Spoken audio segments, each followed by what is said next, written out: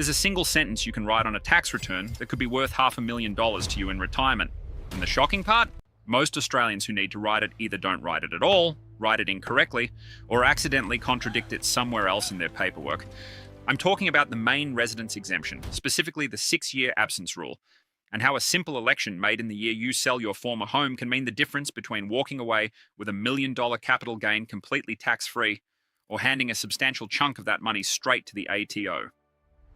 Before we dive in, if you're getting value from this channel and want to stay updated on Australian tax strategies that could save you thousands, hit that subscribe button and turn on the bell icon so you don't miss any future videos. I put out content like this regularly to help everyday Australians keep more of their hard-earned money. Now, I'm not a financial planner, a solicitor, or a registered tax agent. What I'm sharing with you today is general information based on years of working inside the Australian tax system. Your personal situation will always require specialist advice from a qualified professional. But what I can do is show you exactly where the traps are, what that critical sentence looks like, and why getting it right matters more now than it ever has before. Because here's the thing. After the 2026 federal budget, the family home has become the single most tax-advantaged asset an Australian can own. Every other growth asset now faces new or expanded capital gains obligations. The main residence exemption, it remains completely unchanged. That makes understanding it, and more importantly, preserving it, more valuable than it's ever been. So let me walk you through this step by step, because the consequences of getting it wrong are far too serious to ignore. The rule I'm talking about sits inside Section 118-145 of the Income Tax Assessment Act, 1997. It's been there for decades, it's not new, it's not ambiguous, and yet, according to the ATO's own data, the majority of Australians who lodge a tax return involving a former main residence get this part wrong. Here's what the rule says in plain English. When you move out of a property that was your main residence, you can choose to continue treating that property as your main residence for capital gains tax purposes, even after you've stopped living there. If you rent the property out during your absence, this choice can apply for up to 6 years. If you leave the property vacant, no tenants, no rental income, the choice can apply indefinitely. Now here's the part that catches people out. This choice is not automatic. It's not made when you move out. It's not made during the years you're renting the place out. It's not something the ATO does for you. The choice is made on the tax return you lodge for the year you sell the property, by actively treating the former home as your main residence during the period of absence. The sentence itself is the choice. On your tax return, you make this election at question 18 on the supplementary section, or in my tax, at the CGT event section when you're completing the capital gain calculation. If you tell the ATO in that section of your return that you're treating the former home as your main residence for the relevant period, the exemption applies.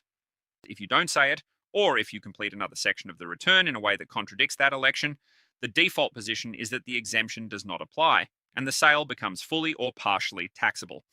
Let me say that again, because this is where hundreds of thousands of dollars can disappear. If you don't make the election correctly on your tax return in the year of sale, you can lose the exemption entirely, even if you were legally entitled to it.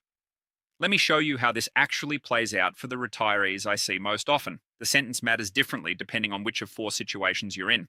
The first situation is you moved out and rented it. This is the most common scenario. You owned a home. You lived in it for years, maybe decades. Then life changed. Maybe you downsized to a smaller apartment closer to the grandkids. Maybe you moved in with a partner and decided to rent out your original place.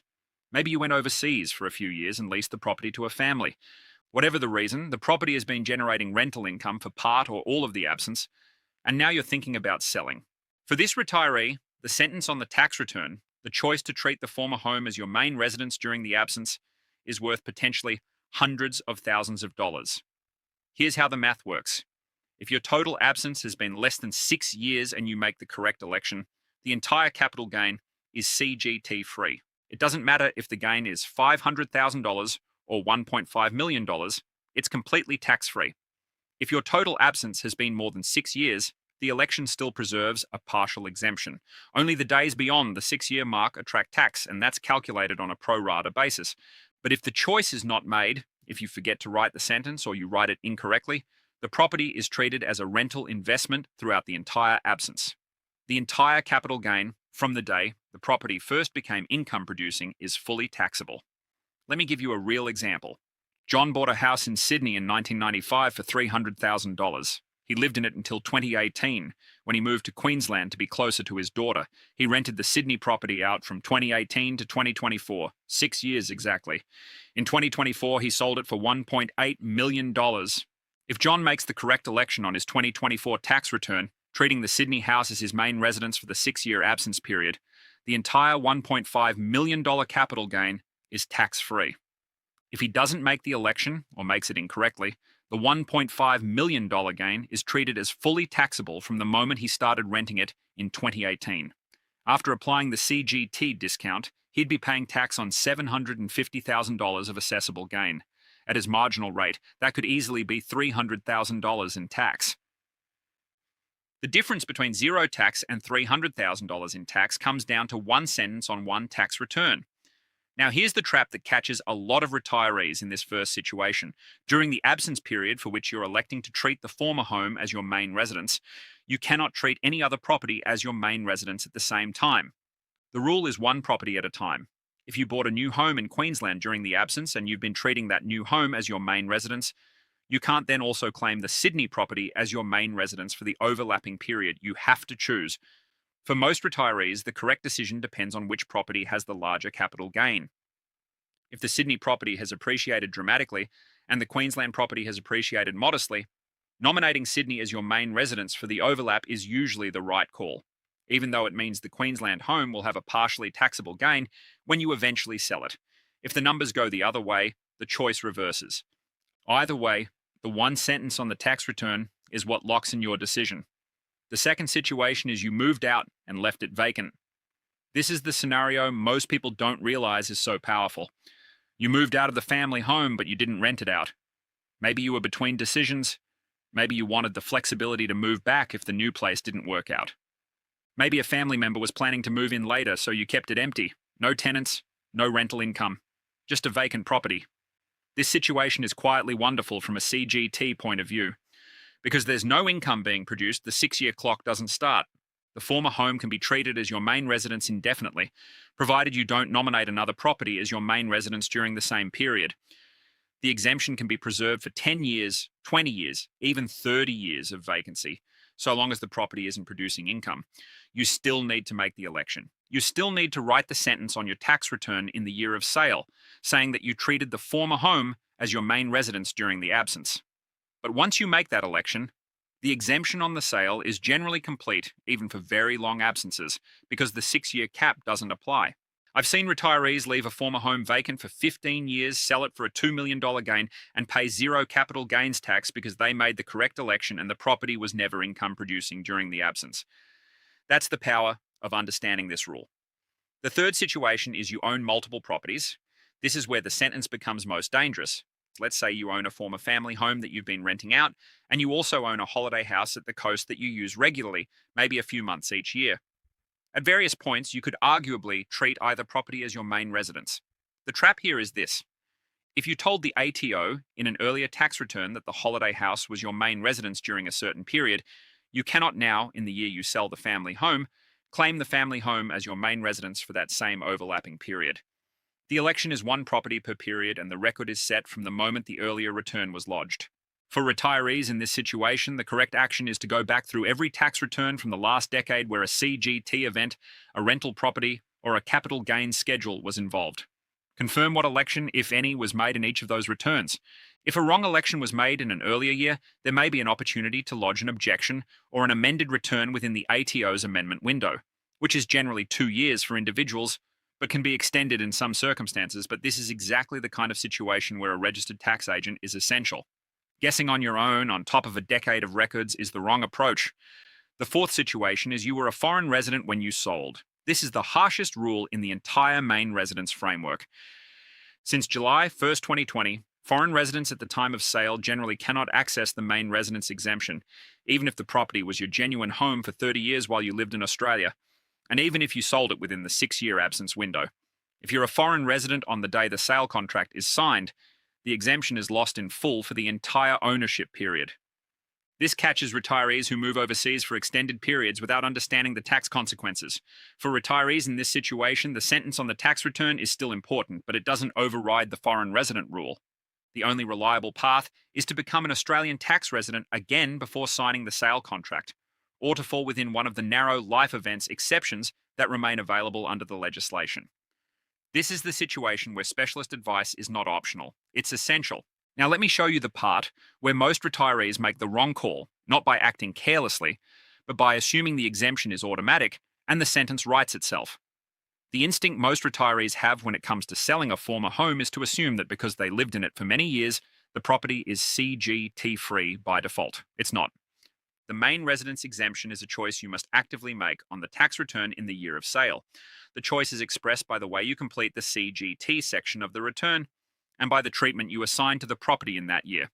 The exemption is not applied automatically by the ATO. It's applied because you claimed it correctly in the right section for the right period.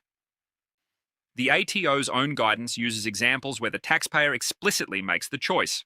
James decided to treat his Brisbane house as his main residence for the period after he moved out. Lisa chose to claim the main residence exemption in her tax return. The words decided and chose are in the guidance because the ATO wants you to understand that the election is active, not passive.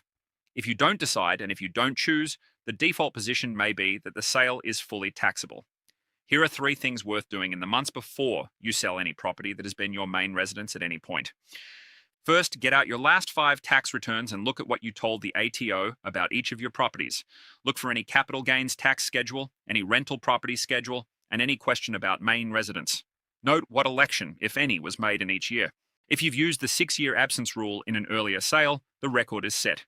If you've nominated a property as your main residence in an earlier return, the record is set. Understanding the historical record is the foundation for any decision going forward. Second, if you're contemplating selling a former home that you've been renting, or a home that's been vacant for some period, book time with a registered tax agent to model the exemption under the 6-year rule, or the indefinite absence rule for your specific timeline. The modelling should show what the assessable gain would be if the exemption is applied fully, applied partially, or not applied at all. The dollar differences are usually substantial. Knowing the actual number before you sign a contract, rather than after, is the single most valuable piece of preparation you can do. Third, if you're approaching a sale and you haven't lodged tax returns in the last few years, or if you've moved between Australia and overseas, or if you've been renting out multiple properties across the same period, do not attempt the return on your own. The main residence exemption is one of the areas of Australian tax law where the return itself becomes evidence in any future ATO review. Getting the sentence right in the year of sale with a registered tax agent is the difference between a smooth process and a very expensive one. The thread running through all of this is the same. The main residence exemption is one of the most powerful pieces of the Australian tax system for retirees. And after the 2026 federal budget, it's more powerful than ever because it stands alone as the only asset class where the CGT rules haven't been tightened. But the exemption is not a passive benefit. It's a choice expressed in a single sentence on a tax return in the year of sale. The retirees who understand that they're making a choice and who make it correctly walk away with the full protection the law intended. The retirees who assume the exemption is automatic and who don't make the choice, or who make a contradictory election in an earlier return, lose a portion or all of the protection through nothing more than a piece of paperwork. A 1-hour appointment with a registered tax agent in the months before you sell, or in the months after you decide to rent out your former home, is the single most valuable investment you can make in preserving what the tax system has already given you. The consultation typically costs a few $100s. The exemption it protects for a Sydney or Melbourne home that's appreciated over decades can be hundreds of thousands of dollars. The math isn't close. If this was useful, I'd be grateful if you shared it with anyone you know who's over 60 and either owns a former home they're renting out, is thinking about moving out of their current home while keeping it, or is planning to sell a property in the next few years. They're the households this affects most. They're also, almost without exception, the households least likely to have been told that the difference between a fully CGT-free sale and a taxable one can come down to a single sentence on a single tax return.